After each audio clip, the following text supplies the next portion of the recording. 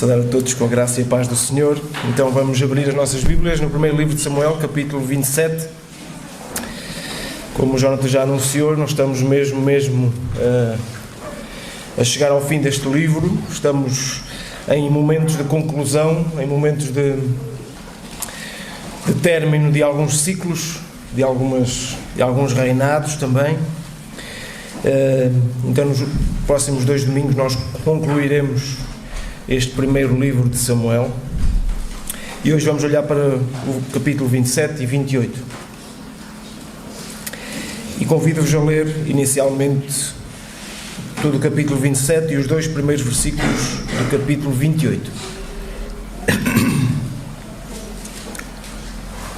Diz assim o texto: Disse, porém, Davi consigo mesmo: pode ser que algum dia venha eu a perecer nas mãos de Saul. Nada há, pois, melhor para mim do que fugir para a terra dos filisteus, para que Saul perca de todas as esperanças e deixe de perseguir-me por todos os limites de Israel. Assim me livrarei da sua mão. Dispôs-se Davi, e com os 600 homens que com ele estavam, passou a Aquis, filho de Maoque, rei de Gate.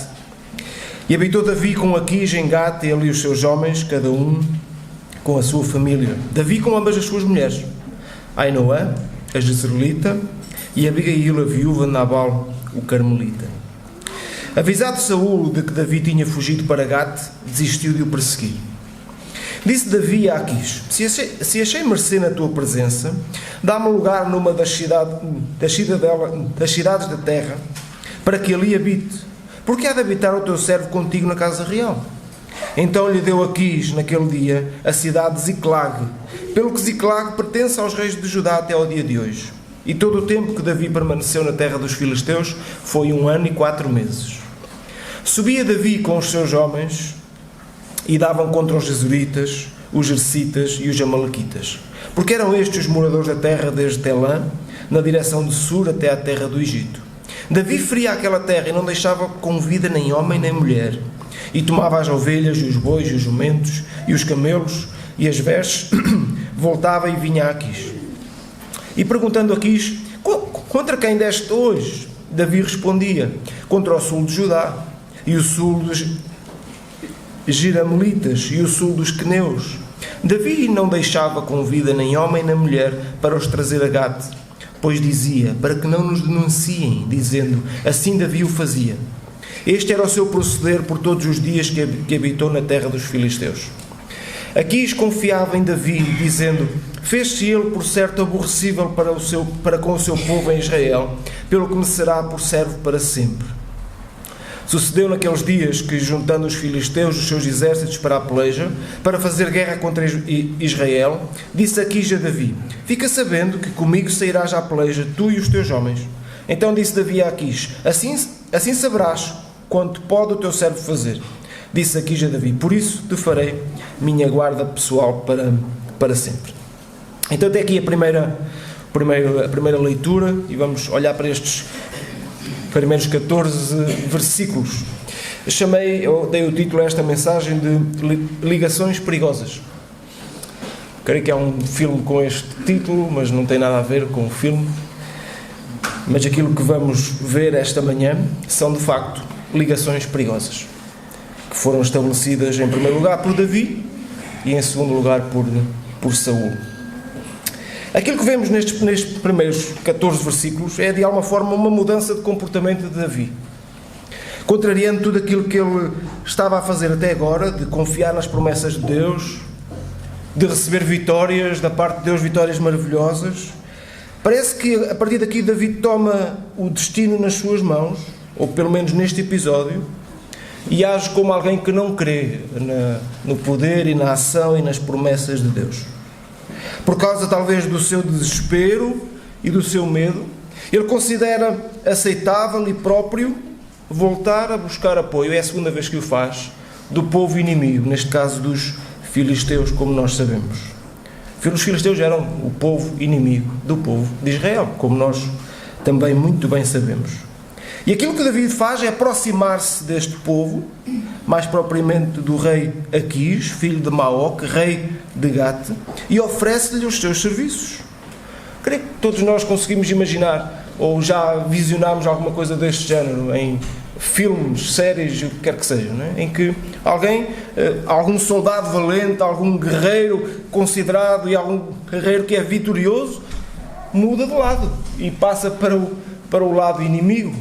Isto é tremendo, é uma mudança de cenário completo. E aquilo que Davi faz é exatamente isso. Para receber as promessas de Deus é sempre preciso um bocadinho de fé e de paciência. Acho que todos concordamos com isto. Para receber e continuamente receber as promessas de Deus é preciso fé e é preciso paciência. E parece, neste texto, que Davi perde tanto uma coisa como outra. Vamos olhar para os primeiros 4 versículos. A frase mais inquietante destes versículos, destes primeiros 4 versículos, ou as frases mais inquietantes, estão logo no primeiro versículo. Davi começa por dizer ou expressar um medo de que aquilo que ele estava a conseguir até à altura, que era conseguir fugir de Saul, fosse terminar. Davi expressa medo quando diz: pode ser que algum dia venha eu aparecer nas mãos de Saul. Nada há, e reparem na expressão, nada há, pois melhor para mim do que fugir para a terra dos filisteus. Davi cruza uma fronteira, não é? Davi passa uma linha. Davi estava do lado de Israel, e até aqui sempre esteve, e Davi passa esta fronteira e esta linha que é mais do que uma fronteira, uma linha geográfica. Aquilo que Davi passa, a linha que Davi passa é a linha da confiança em Deus. Davi deixa de ser um assassino de um povo, que era isso que ele fazia continuamente, lutar do lado do povo de Israel, matando filisteus, era assim que acontecia, e passou a ser um parceiro, alguém que lutava, ou pelo menos aparentemente, do lado dos filisteus. Ele diz: nada há, pois, para mim do que fugir para a terra dos filisteus. Assim, e reparem o final do versículo 1, me livrarei da sua mão. Parece que Davi ouve o seu próprio coração, parece que Davi coloca a solução da sua vida, coloca a esperança de fugir de uma vez por todas de Saul naquilo que ele poderia fazer. Cansado de fugir e talvez achando que alguma vez as coisas iriam correr mal, alguma vez as coisas iriam não correr como estão a correr até agora, ele segue o seu coração. Ele segue a sua mente, ele segue aquilo que ele acha que é melhor fazer, qual é o melhor plano. Ele diz: nada há para mim melhor agora do que ir para o lado dos filisteus. E eu acho que com isso eu vou conseguir livrar-me da mão de Saul. Nós conseguimos recordar muito facilmente os capítulos imediatamente anteriores. No capítulo 23 nós vemos que David estava encurralado por Saul e pelo seu exército, e de repente, do nada, aparece uma chamada a Saul, uma informação de que os filisteus estavam a atacar e Saul precisava de sair. Nos capítulos imediatamente anteriores nós vemos Saul milagrosamente a ser encaminhado para uma caverna, uma gruta onde Davi estava. Portanto, nós vemos consecutivamente a mão de Deus agindo de uma forma tremenda sobre a vida de Davi, dando-lhe vitórias mais do que visíveis de que era Deus que lhe estava a dar essas vitórias. E mesmo assim ele diz, e tem a expressão: pode ser que algum dia venha eu aparecer nas mãos de Saul. Pode ser que algum dia venha eu aparecer nas mãos de Saul. Esta expressão revela claramente pouca fé, ou uma fé cansada. E é fácil o ser humano cansar-se de ter fé. É fácil. E talvez Davi estivesse a passar um momento destes. Davi era um homem de fé, nós não temos dúvidas disso. Davi era um homem que confiava em Deus.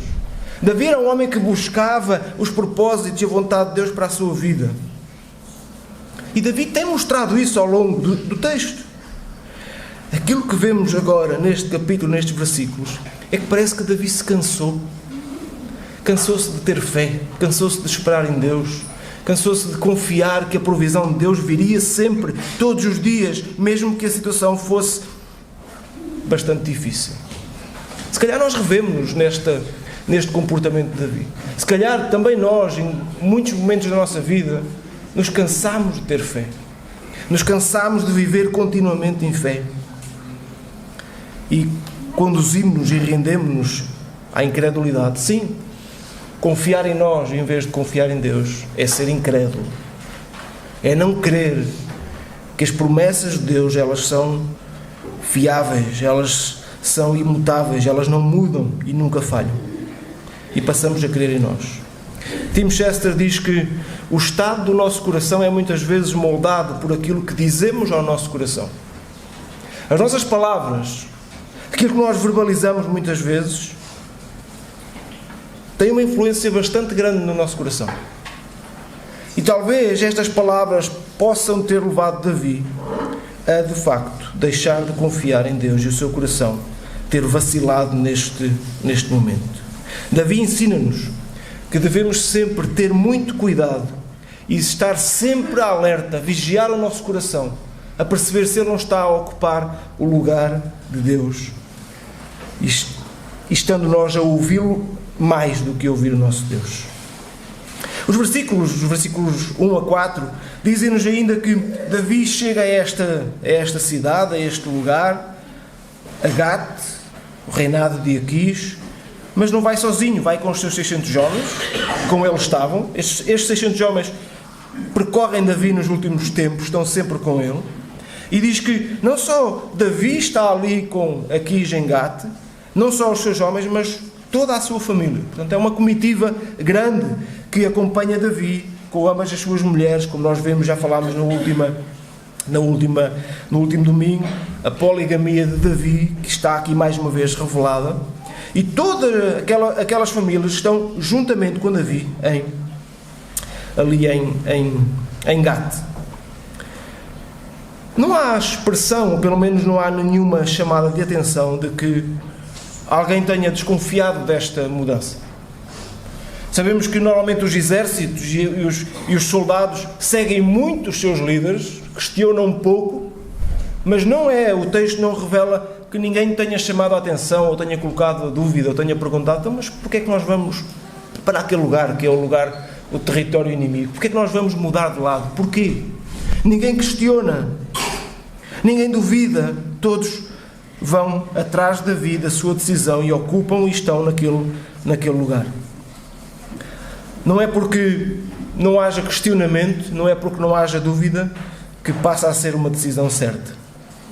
É isto que o texto nos diz. Mas todos ali habitam. Por fim, olhando para o último versículo, versículo 4, vemos mais uma vez a expressão de que Saul desistiu de perseguir a Davi. Avisado Saul de que Davi tinha fugido para Gat, desistiu de o perseguir. A situação de Davi afinal melhorou? Aquilo que era o seu plano, que era livrar-se da mão de Saul, afinal foi conseguido? Podemos dizer que sim, não é? Saul desistiu de perseguir Davi por Davi estar naquele lugar. Mas o que nós podemos concluir facilmente é que não era pelo facto de Davi agora já não estar a ser perseguido de Saul que a sua situação está melhor. Convido-vos a abrir em Efésios capítulo 6, em que Paulo, escrevendo a esta igreja, nos diz verdadeiramente contra quem é a nossa luta. Quando Paulo fala aqui da armadura, ele revela o nosso verdadeiro inimigo em primeiro lugar, em primeira instância. Paulo diz aqui no versículo 10 do capítulo 6 o seguinte: quanto ao mais, Sede fortalecidos no Senhor e na força do seu poder, revestidos de toda a armadura de Deus, para poderdes ficar firmes contra as ciladas do diabo. E agora Paulo diz: porque a nossa luta não é contra o sangue e a carne, e sim contra os principados e potestades, contra os dominadores deste mundo tenebroso, contra as forças espirituais do mal nas regiões celestes. E depois Paulo diz: portanto, tomai toda a armadura, e por aí fora, e sabemos que Paulo depois vai descrever de que é composta esta armadura. Mas Paulo diz aqui uma coisa muito interessante.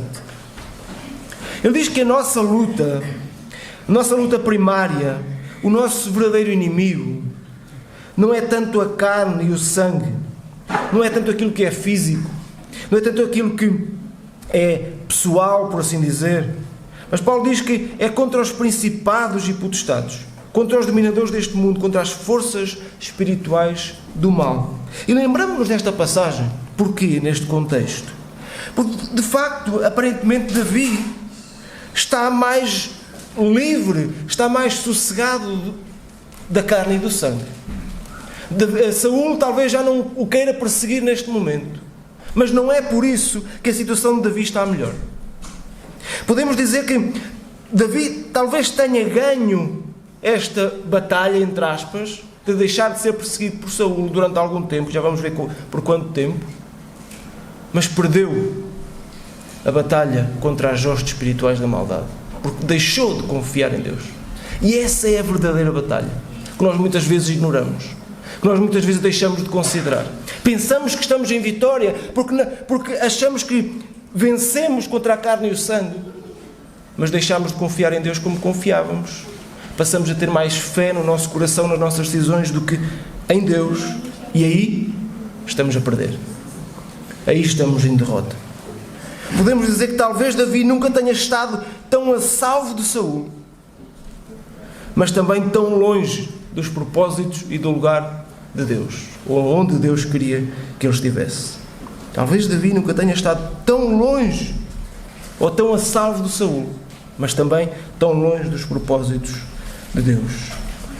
É muito fácil nós entrarmos em lugares em que achamos que estamos seguros, mas que são estranhos ao plano de Deus.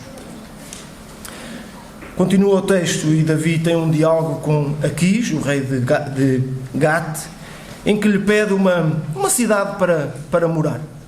Não é a primeira vez que Davi vai para junto dos filisteus. Já no capítulo 21 isso acontece. Mas aí houve pessoas que o conheceram. Lembram-se o que é que Davi teve que fazer? Disfarçar-se. Teve que se disfarçar, teve que se esconder. E agora Davi está novamente, agora de uma forma mais permanente, junto dos filisteus, no lugar dos filisteus. E Davi pede ao rei um lugar, uma cidade para onde todas estas pessoas, Davi, os seus 600 homens, toda aquela família pudessem ir. Talvez Davi achasse que não era bom todos estarem ali na cidade real conjuntamente, e era verdade. E então Aquis lhe deu uma cidade chamada Ziclag. Diz o texto que, pelo que Ziclag pertence aos reis de Judá até ao dia de hoje. Em todos os aspectos foi bom para Davi mudar-se da capital de Aquis, da cidade real, para outro lugar. Primeiro porque, como já dissemos, está ainda muito fresco na memória esta necessidade que Davi teve de se disfarçar. Certamente haveriam muitos filisteus que não veriam com bons olhos Davi estar ali, não é? Para Aquis talvez fosse uma coisa boa, mas haveriam muitos filisteus com o desejo de se vingar de Davi. E depois porque, segundo o texto nos vai dizer, era melhor para Davi estar numa cidade, de alguma forma, onde pudesse ter autonomia, onde pudesse ter maior liberdade para realizar os seus planos livremente. E quais eram os seus planos, afinal? O texto diz-nos que Davi, ao mesmo tempo que muda de lado ou vai para os filisteus, Davi não tem a intenção de trair o povo de Israel. Davi revela falta de confiança em Deus, sim, já vimos, já tratámos esse assunto, mas Davi não tem qualquer intenção em trair o povo de Deus. Isto é preciso nós termos bem assente. Mas para que isso aconteça, e reparem no cenário, Davi está junto dos filisteus, mas não tem um coração filisteu. Davi está num território inimigo, mas o coração dele continua a estar do povo de Israel. Agora imaginem o quão desconfortável deve ser uma coisa assim.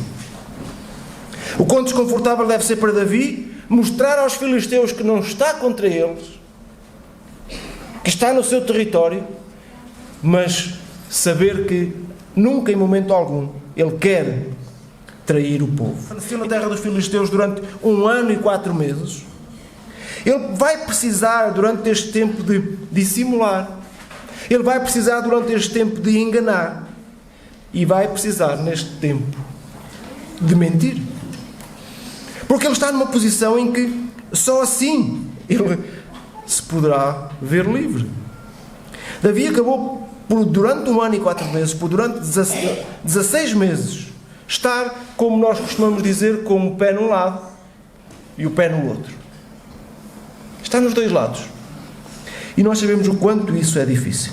Reparem o que Davi vai fazendo. Diz o versículo 8 ao versículo 12, neste resumo que é feito, que Davi lutava contra vários povos, os Gesuritas, os Jersitas e os Amalequitas, porque eram estes os povos que estavam ali à volta, e Davi feria aquela terra. Davi feria estes povos. E o que é que ele tinha que fazer? Ele matava tudo e todos. Diz o texto 2 vezes que Davi feria toda aquela terra e não deixava com vida nem homem nem mulher. Porquê? Porquê que ele fazia isso? Ele não queria deixar testemunhas. Se ele deixasse alguém que ficasse vivo, eles iriam dizer quem Davi estava a matar. Porque Davi não estava a matar os inimigos dos filisteus só. Davi estava a matar também, não estava a matar só os amigos dos filisteus, assim é que é, mas também os inimigos dos filisteus. Davi matava todos. E se algum sobrasse, eles iriam dizer, olha, Quis, Davi está do teu lado, mas ele está a matar também os nossos amigos. Está a matar os povos que afinal são inimigos de Israel. Portanto, ele continua a estar do lado de Israel. Então, o que é que Davi tinha que fazer? Matar todos, para que estas questões não chegassem à informação de Aquis. E diz o versículo 10, que quando Davi voltava destas batalhas, o rei lhe perguntava, então, contra quem é que tu lutaste hoje? Contra quem é que vocês deram hoje? E Davi respondia, contra o sul de Judá, mentira, o sul dos Jeramelitas e o sul dos Queneus. Davi tinha forçosamente que mentir ao rei Aquis para não ser achado a mentir ao rei Aquis. Portanto, parece que o plano de Davi é brilhante. Parece que aquilo que Davi está a fazer é bem sucedido. Ele conseguiu ir para um lugar que está livre de Saul, conseguiu uma cidade só para o seu povo e vai matando este e aquele povo e consegue estar de um lado e do outro, com o pé no território filisteu e com o coração no povo de Israel. Parece brilhante e bem sucedido na sua tarefa. Mas Davi mata povos inteiros e mente a Aquis. Parece que ele deixou todos os seus princípios. Parece que Davi deixou todos os ensinamentos que conhece acerca da palavra, acerca da vontade de Deus e quem Deus é, lá nas montanhas de Judá, e coloca-se no lugar onde a única forma de que ele se mantenha vivo é ser cruel e mentiroso. Ele colocou-se num lugar em que a única forma de se ver livre do rei Aquis e do rei Saul é ser cruel para com aqueles povos, matando-os, não deixando ninguém vivo, e ser mentiroso para com Aquis. É a primeira vez, talvez, que Davi mata, não para a glória de Deus ou para a glória do povo de Israel, mas para o seu próprio benefício. E esta é uma ligação perigosa que Davi estabelece. Esta é a primeira ligação perigosa que eu queria que nós analisássemos e pensássemos.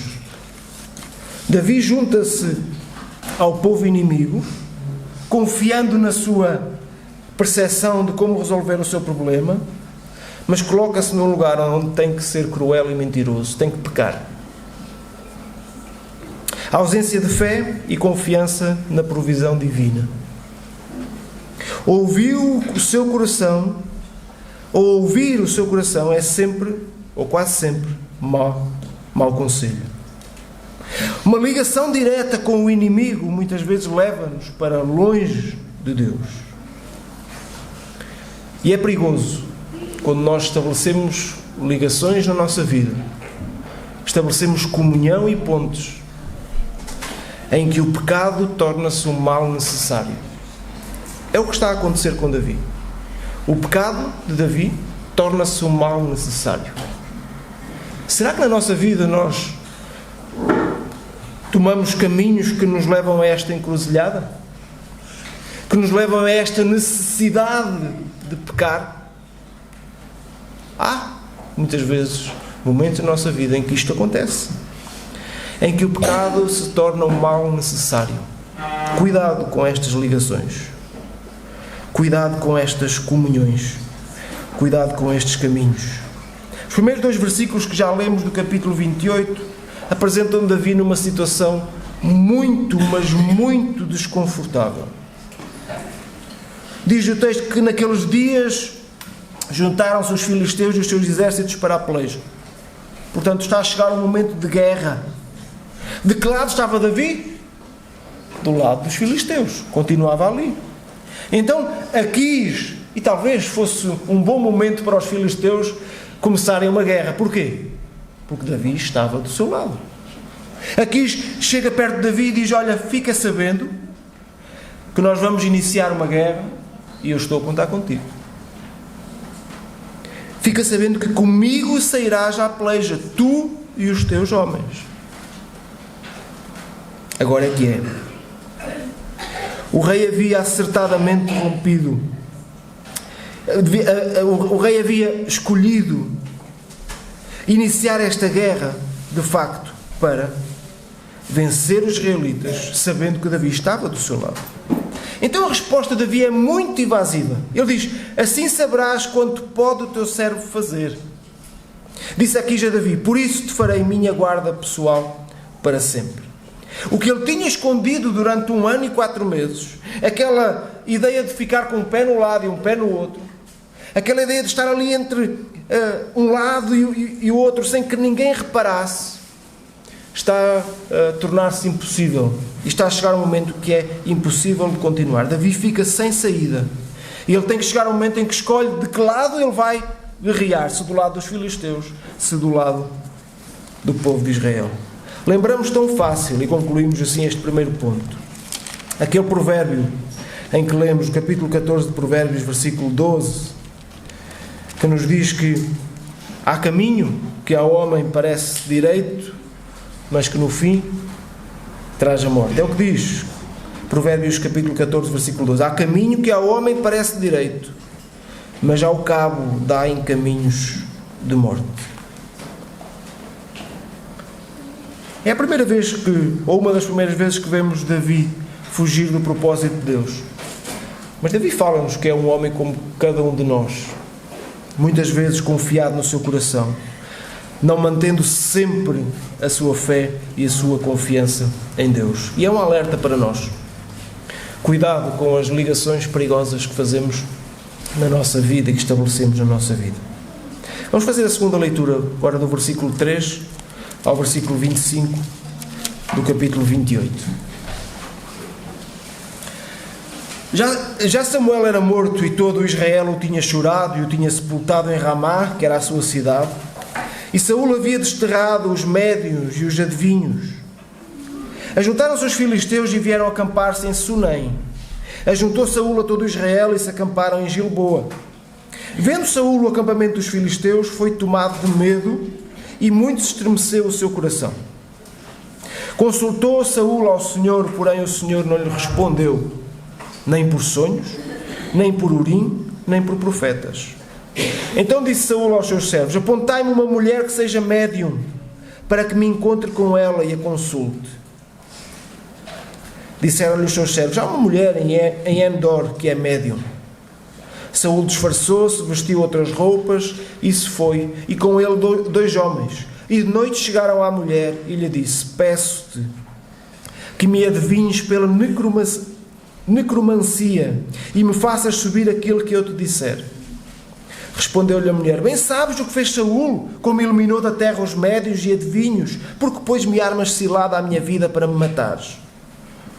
Então Saúl lhe jurou pelo Senhor, dizendo: tão certo como vive o Senhor, nenhum castigo te sobrevirá por isso. Então lhe disse a mulher: quem te farei subir? Respondeu ele: faz-me subir Samuel.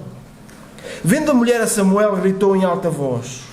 E a mulher disse a Saúl: por que me enganaste? Pois tu mesmo és Saúl. Respondeu-lhe o rei: não temas. Que vês? Então a mulher respondeu a Saúl: vejo um Deus que sobe da terra. Perguntou ele: como é a sua figura? Respondeu ela: vem subindo um ancião e está envolto numa capa. Entendendo Saúl que era Samuel, inclinou-se com o rosto em terra e se prostrou. Samuel disse a Saúl: por que me inquietaste fazendo-me subir? Então disse Saúl: muito angustiado estou, porque os filisteus guerreiam contra mim, e Deus se desviou de mim e já não me responde, nem pelo ministério dos profetas, nem por sonhos. Por isso te chamei, para que me reveles o que devo fazer. Então disse Samuel: por que, pois, a mim me perguntas, visto que o Senhor te desamparou e se fez teu inimigo? Porque o Senhor fez para contigo como por meu intermédio Ele te dissera. Tirou o reino da tua mão e o deu ao teu companheiro Davi. Como tu não deste ouvidos à voz do Senhor, e não executaste o que Ele, no furor da sua ira, ordenou contra Amaleque, por isso o Senhor te fez hoje isto. O Senhor entregará também Israel contigo nas mãos dos filisteus, e amanhã tu e os teus filhos estareis comigo, e o acampamento de Israel e o Senhor entregará nas mãos dos filisteus.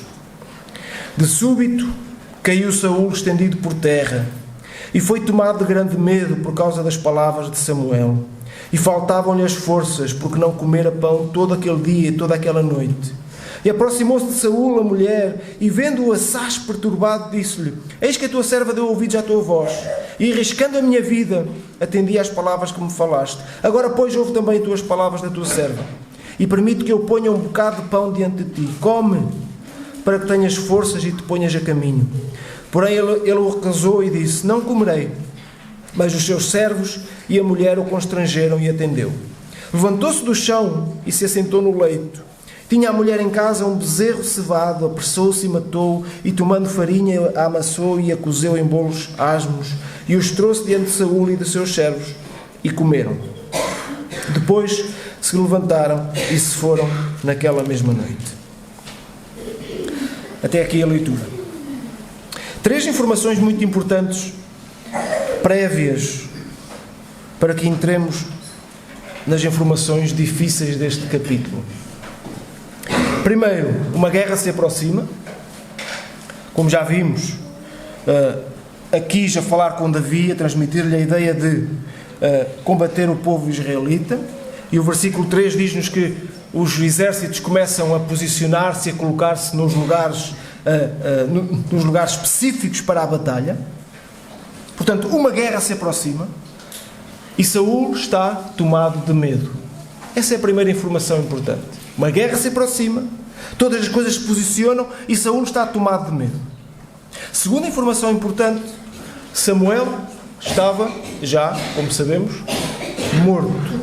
O versículo 3 volta a confirmar a informação que já vem de trás. Samuel era morto e todo Israel já o tinha chorado e o tinha sepultado em Ramá, que era a sua cidade. O texto quer deixar isto bem claro, que Samuel estava morto.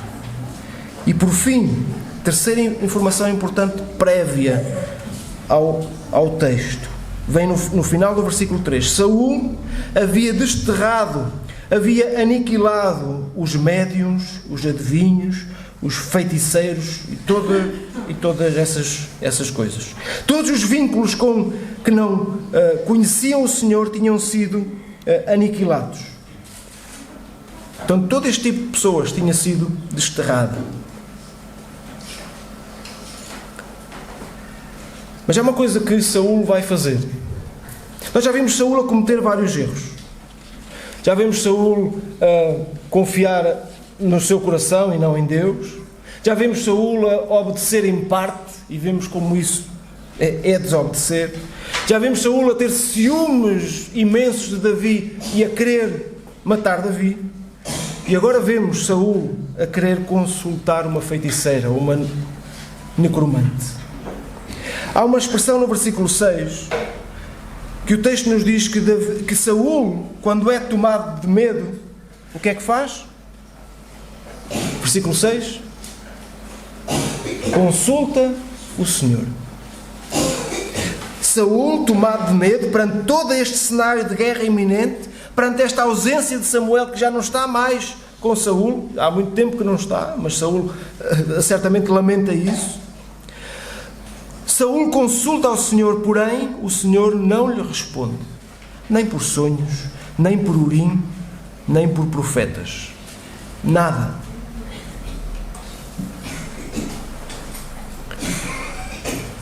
Saul, apesar de ter consultado o Senhor, nós percebemos claramente que o propósito que está no coração de Saul nunca é tanto conhecer a vontade de Deus. Saul nunca está muito interessado verdadeiramente em saber o que Deus quer que ele faça, porque senão ele fazia a vontade de Deus. Saul está sempre muito interessado em que Deus esteja do seu lado para lhe dar a vitória. Portanto, nós temos dito há semanas a esta parte, enquanto vamos caminhando no livro de Samuel, há semanas que dizemos isto.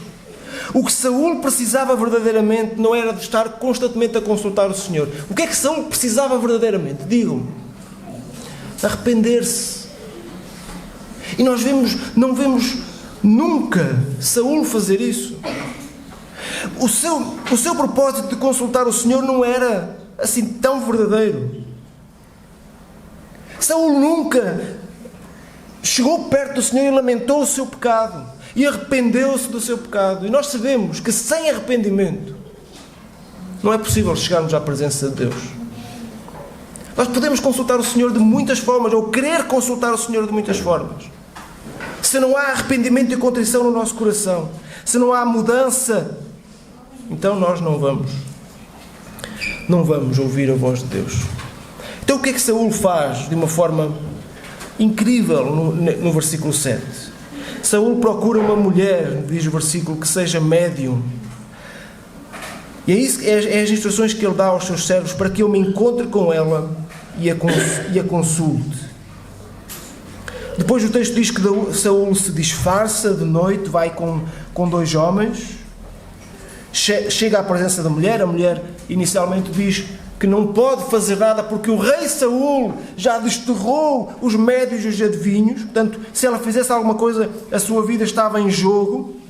E Saul tranquiliza e diz que não vai acontecer nada, tão certo como vive o Senhor. Esta expressão inquieta bastante. Tão certo como vive o Senhor, nenhum castigo sobrevirá por causa disso.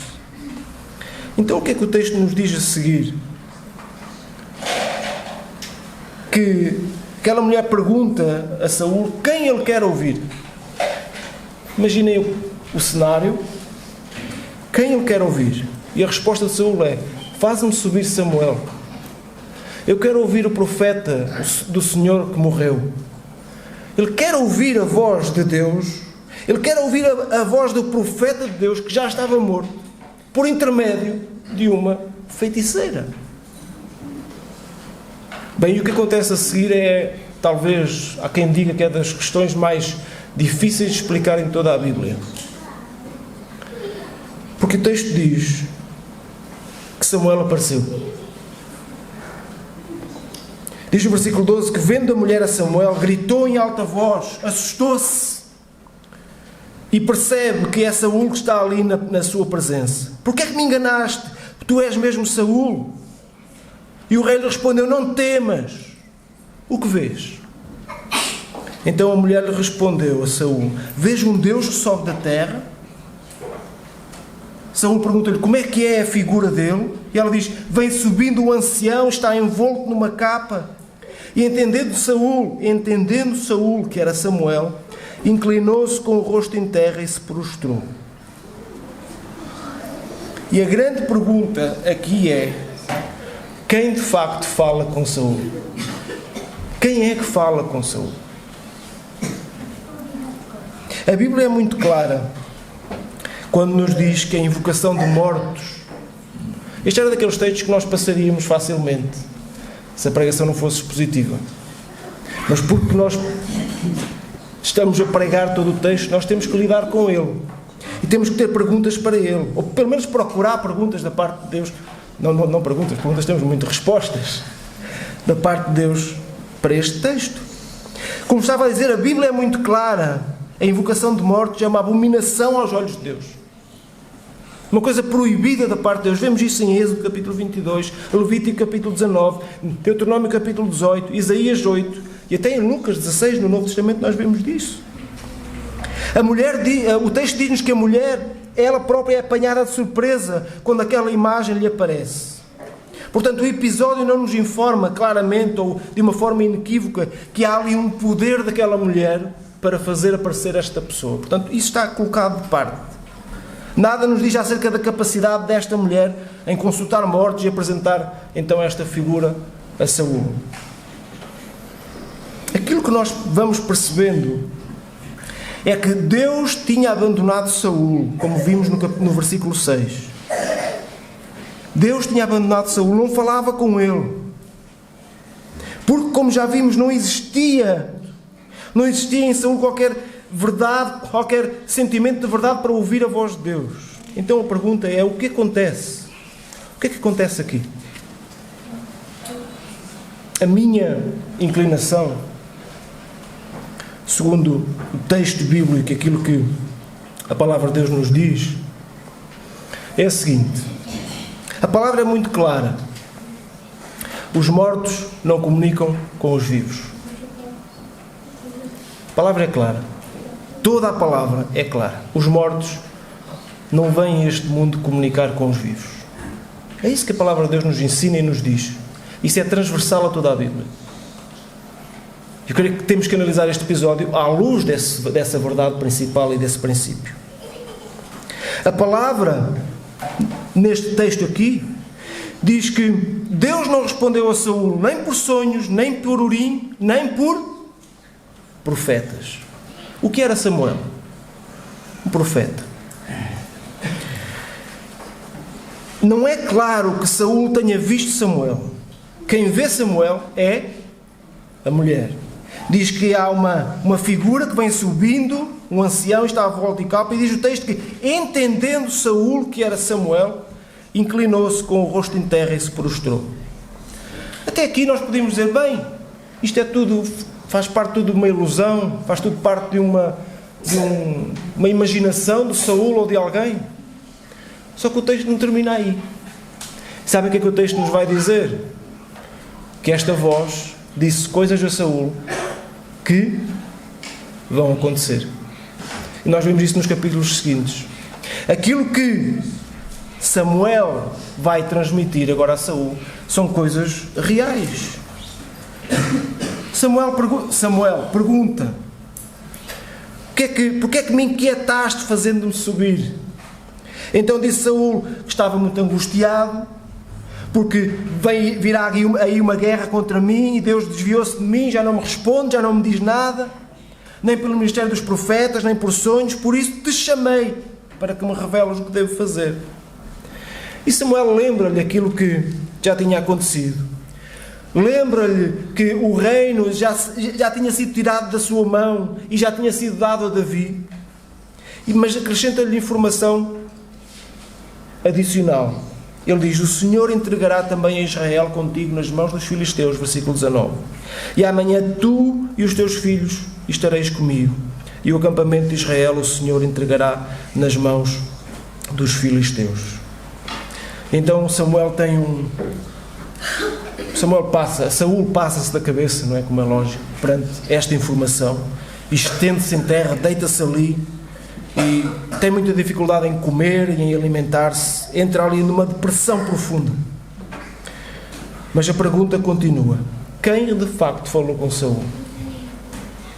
Há duas possibilidades que eu diria mais fortes. Em primeiro, que era um espírito enganador, O inimigo, Satanás, tem poder para falar e enganar pessoas, através de muitas formas. Isso é mais do que provado em todo o texto bíblico. Aparições que parecem vir de Deus, mas são enganadoras. Ou mesmo não parecendo ser de Deus. Portanto, o inimigo tem este poder de enganar as pessoas e mostrar coisas que verdadeiramente não são. Mas, por outro lado, nós vemos que há coisas que são ditas que são verdade e que vão acontecer. Também pode ser o próprio Deus a comunicar com Saul. Talvez seja Deus também a dizer: olha, eu vou falar contigo da única forma em que tu acreditas, que é através de uma feiticeira. Tu consultas-me sem nenhum tipo de esperança e de verdade de que eu falo contigo. E vieste buscar uma feiticeira. Olha, eu vou agora falar contigo através da feiticeira. Mas mais, eu vou-te dizer o que vai acontecer. É que a tua vida está a chegar ao fim. Também pode ser isto. Uma coisa, o texto é inequívoco. Precisamos ter muito cuidado com as ligações que estabelecemos. Precisamos de ter muito cuidado com os caminhos que tomamos e quem nós queremos ouvir. Saul cometeu um erro terrível e é isto que deve estar no centro da nossa atenção quando meditamos neste texto. Saul comete um erro terrível. Mesmo antes ele tinha proibido os feiticeiros, os necromantes, os médiuns e tudo isso. E passado um tempo, por causa do seu desespero, por causa do seu medo, por causa da sua falta de confiança, busca algo que é abominável aos olhos do Senhor. Algo que é perfeitamente condenável aos olhos do Senhor. Eu sei que nós, na nossa sociedade hoje, nós não temos muito este hábito. Se nós falássemos um bocadinho com a Djalma, com a Solange e o Adelso, que hoje não estão cá, este tipo de práticas em alguns países é muito mais pesado do que nos nossos dias. Buscar este tipo de pessoas que têm poder ou que nos dizem coisas que queremos ouvir. Isto é abominável aos olhos do Senhor. Mas há outras coisas na nossa sociedade e no nosso contexto que ocupam exatamente o mesmo lugar e que nós muitas vezes achamos que não ocupam, mas ocupam. Nós precisamos de ter cuidado com as ligações que fazemos. Aquela foi a noite mais escura da vida de Saul. Este episódio é apenas um prelúdio para o que vem a seguir. E talvez os capítulos seguintes tenham respostas. A forma como Saul morre talvez responda muito a algumas perguntas que temos neste capítulo. Aquilo que está a aproximar-se de Saul é uma escuridão sem fim, que viria sobre ele por causa de quê? Por causa da sua incredulidade e por causa do seu pecado não confessado e não perdoado. Não esperemos boas notícias de outros mundos. Não esperemos ou não inclinemos os nossos ouvidos a outras vozes. A morte está vencida. A morte foi vencida por Cristo Jesus. Jesus, o Filho de Deus, é o único que venceu a morte. E venceu a morte por dentro dela.